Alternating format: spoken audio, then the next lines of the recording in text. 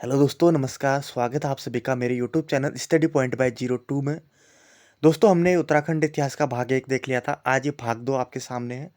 अब इसका रिवीजन कीजिए दोस्तों। आप जिस भी बुक से कर रहे हैं उसे रखिए परीक्षा वाणी बीएसटी की ऑनलाइनर, क्योंकि आपके पेपर जो है नवंबर दिसंबर से दोस्तों स्टार्ट हो जाएंगे, जैसा कि आप लोगों ने न्यूज़ में देख ही लिया होगा। तो दोस्तों, आज हम जानते हैं उत्तराखंड की पुरा प्रजातियों के बारे में।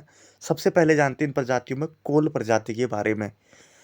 उत्तराखंड में आने वाली प्रथम प्रजाति को कोल माना जाता है दोस्तों। कोल प्रजाति के लोग जो थे दिखने में कुरूप व भद्दे होते थे। पूरा साहित्यिक ग्रंथों में कोल प्रजाति का वर्णन मुंड या सबर नाम से मिलता है। तो साहित्यिक ग्रंथों में कोल प्रजाति का वर्णन जो है मुंड या सबर नाम से मिलता है। कोल प्रजाति के लोग किस देवता की पूजा करते थे? तो आपको आंसर मानना है दोस्तों, कोल प्रजाति नाग की पूजा के साथ साथ लिंग की पूजा भी करती थी। कुमार कुमारी प्रथा कोल प्रजाति में प्रचलित थी। इस प्रथा में भूटांतिक प्रभाव भी दिखाई देता है। नेपाल में कोलीय गणतंत्र के शासन की जानकारी भी मिलती है। शिव प्रसाद डबराल जो हमारे इतिहासकार हैं, कोल या मुंड जाति को भारत या हिमालय क्षेत्र की प्राचीनतम जाति मानते हैं। सॉरी, मेरे को थोड़ा जुकाम, थोड़ा फ्लू हो रखा है, तो उससे आवाज़ में थोड़ा वो हो रहा होगा दिक्कत, इसके लिए मैं क्षमा चाहता हूँ। किरात प्रजाति के बारे में हमने कोल के बारे में जाना दोस्तों। अब हम जानते हैं किरात प्रजाति के बारे में। कोल के बाद उत्तराखंड में किरातों के आधिपत्य की जानकारी मिलती है। इन्हें किन्नर या कीर भी कहा जाता है। स्कंद पुराण में किरातों को भिल्ल कहा गया है और इनकी भाषा या बोली मुंडा एवं इनका मुख्य खाद्य सत्तू था। किरात प्रजाति में भ्रमणकारी पशुपालक व आखेटक जाति थी। तो दोस्तों, इससे ये समझिए आप, तो स्कंद पुराण है उसमें किरातों को भिल्ल कहा गया है। एक क्वेश्चन आपका ये बना। और इनकी मुख्य भाषाएं बोली जो थी वो मुंडा थी एवं किरातों का मुख्य खाद्य जो था वो सत्तू था। और किरात प्रजाति में भ्रमणकारी और पशुपालक आखेटक जाति रहती थी। ये आपके 3-4 क्वेश्चन इससे बनते हैं। अब जानते हैं दोस्तों आगे, महाभारत की वन पर्व के अनुसार किरातों ने अपने नेता शिव के झंडे के नीचे अर्जुन से युद्ध किया था। किरातों के साथ अर्जुन का यह युद्ध विल्लव केदार नामक स्थान पर हुआ था। तो क्वेश्चन बन सकता है, किरातों के साथ अर्जुन का युद्ध कहाँ हुआ? विल्लव केदार नामक स्थान में हुआ, जिसे शिवप्रयाग भी कहा जाता है। दोस्तों, आपको ये नहीं सोचना है ये क्वेश्चन कभी नहीं बनेगा, ये इंपॉर्टेंट नहीं है। यूकेएसएससी है दोस्तों, बहुत डीपली क्वेश्चन पूछता है। कहीं से भी क्वेश्चन उठा के दे देगा, तब आप सोच में पड़ जाएंगे। इसलिए आपको कुछ नहीं छोड़ना है, जो मिले उसे पढ़ते जाना है दोस्तों। बाणभट्ट की कादम्बरी रचना में, ये क्वेश्चन देखिए आपका क्या बन गया। कादम्बरी रचना किसकी है? तो आपको मानना है बाणभट्ट। रचना में हिमालय क्षेत्र में किरातों के निवास की पुष्टि करती है। तो हिमालय क्षेत्र में किरातों के निवास की पुष्टि कौन करता है? तो आपका माना है बाणभट्ट रचित कादम्बरी। यह आपका सही उत्तर होगा दोस्तों। कालिदास के रघुवंश महाकाव्य में किरातों का वर्णन मिलता है। वर्तमान में अस्कोट व डीडिहाट नामक स्थान में किरातों के वंशज रहते हैं। तो ये दोस्तों अस्कोट पिथौरागढ़ पड़ा, तो वहाँ जो है किरातों के आज भी वंशज रहते हैं। जॉर्ज ग्रियर्सन किरातों को हिमालय क्षेत्र की प्राचीनतम जाति मानते हैं। जो जॉर्ज ग्रियर्सन है दोस्तों, ये किरातों को हिमालय क्षेत्र है दोस्तों उसकी प्राचीनतम जाति मानते हैं। हमने कोल जान लिया दोस्तों, किरात जान लिया। अब जाते हैं पुरा प्रजाति में खस प्रजाति के बारे में। किरातों के बाद उत्तराखंड में खस प्रजाति का उल्लेख मिलता है और खसों को 1885 ईस्वी में शूद्र वर्ग में सम्मिलित किया गया था। तो क्वेश्चन बनेगा दोस्तों, खसों को शूद्र वर्ग में कब सम्मिलित किया गया था? तो आपको आंसर मानना है 1885 में। महाभारत के सभा पर्व के अनुसार खस लोग महाभारत के युद्ध में कौरवों की ओर से लड़े थे। दोस्तों, जो एक खस लोग थे, महाभारत के सभा पर्व के अनुसार कौरवों की ओर से इन्होंने पांडवों से युद्ध किया था। राजशेखर की काव्य मीमांस के अनुसार, तो काव्य मीमांस किसकी है? यह आपको आंसर मानना है दोस्तों। काव्य मीमांस किसकी है? यह है राजशेखर की।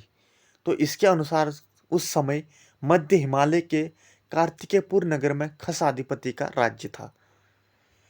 घर जवाई प्रथा एवं पशुबलि प्रथा खसु में प्रचलित थी। ये क्वेश्चन कई बार बनता है दोस्तों, इसे आप नोट कीजिए। घर जवाई प्रथा और ये पशु बलि प्रथा किस में प्रचलित थी? तो आपको आंसर मानना है खसु में प्रचलित थी। खसों की विधवा किसी भी पुरुष को अपने घर में रख सकती थी, जिसे टिकवा प्रथा कहा जाता था। झटेला प्रथा खसों में व्याप्त थी। यदि कोई स्त्री किसी दूसरे व्यक्ति से शादी करती है तो उसे पहले पति से उत्पन्न पुत्र को झटेला कहा जाता था। तो दोस्तों इससे क्या समझे आपकी, यहाँ पर स्त्रियों की स्थिति जो थी शायद ठीक रही होगी, क्योंकि यहाँ पर खसों की जो विधवाएं स्त्रियां हैं वो किसी भी अपने पुरुष को अपने मनचाहा मतलब फिर से पुनर्विवाह कर सकती हैं। जो इसमें लिखा गया है दोस्तों, खसों की विधवा किसी भी पुरुष को अपने घर में रख सकती थी, जिसे तो ये क्वेश्चन बन सकता है कि खसों की विधवा आप किसी भी पुरुष को अपने घर में रखती हैं तो इस प्रथा को क्या कहा जाता था। तो आपको आंसर मानना है दोस्तों टिकवा प्रथा। और पूछा जा सकता है झटेला प्रथा किससे संबंधित है, तो आपको आंसर मानना है दोस्तों झटेला प्रथा जो है वो खसों से प्रचलित है। खस लोग अपनी ज्येष्ठ पुत्री को मंदिरों में दान कर देते थे, जिसे देवदासी प्रथा कहा जाता था। काफ़ी मोस्ट इंपोर्टेंट क्वेश्चन है दोस्तों, कई बार बना भी है यूपीएससी के पेपर में।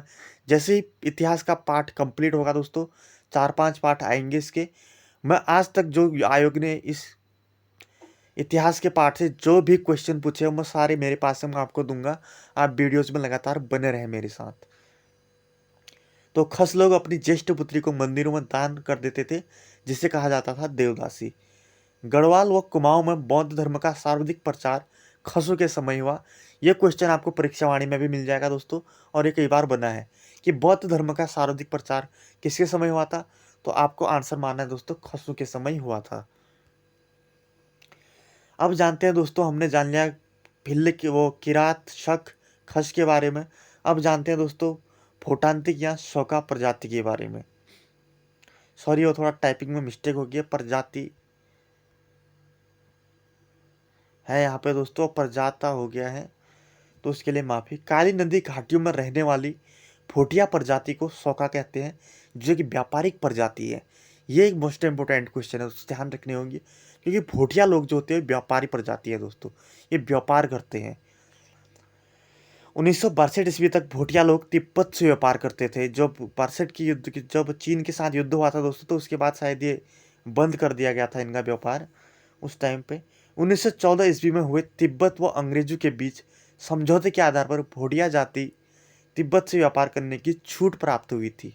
जो 1914 में तिब्बत और अंग्रेजों के बीच समझौता हुआ, उस टाइम दोस्तों तिब्बत को भोटियों को तिब्बत से व्यापार करने की छूट प्राप्त हुई थी। भूटानतिकों की अनेक उपजातियां थी जो निम्न है।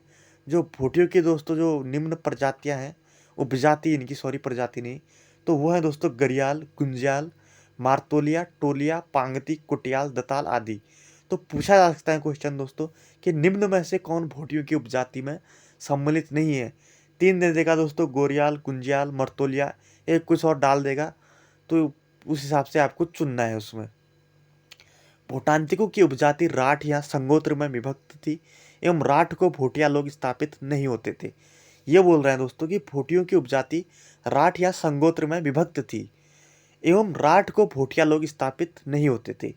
बिरादरी का सूचक मानते थे दोस्तों ये।